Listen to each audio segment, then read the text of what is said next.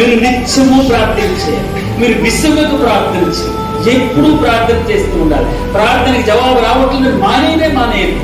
మీరు నిత్యము ప్రార్థన చేయాలి, విసుగకు ప్రార్థన చేయాలి. మీరు ప్రార్థన చేసేది తలుపులేసుకోండి. మీరు తలుపులేసుకోండి. మీకు ఏది కావాలి నిరభ్యంతరంగా సిగ్గు విడిచి అడగాలి. ఆ మాటికి సిగ్గు విడిచి అని రాయబడిందంట. సిగ్గు విడిచి నిత్యము విసుగగా సమస్యలకు భయపడు. అపోస్తలుడైన పేతురు గారు ఆ సముద్రం మీద నడుస్తున్నాం సేపు బాగా నడుస్తున్నాం సేపుని దేవుడు కుమారుని అనుకుంటున్నాడు.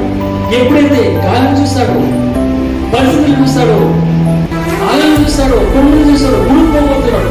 అయినా విడిచిపెట్టుకోడు. భగవంతుని మళ్ళా తండ్రి నన్ను కరుణించు. అక్కడ ప్రతి సమయంలోనే ఆయన మనకు గుర్తు రావాలి, ఆయన జ్ఞాపకం తెచ్చుకుంటూ ఉండాలి. ఈ రోజున ఆసక్తితో కూడిన ప్రార్థన, విలువ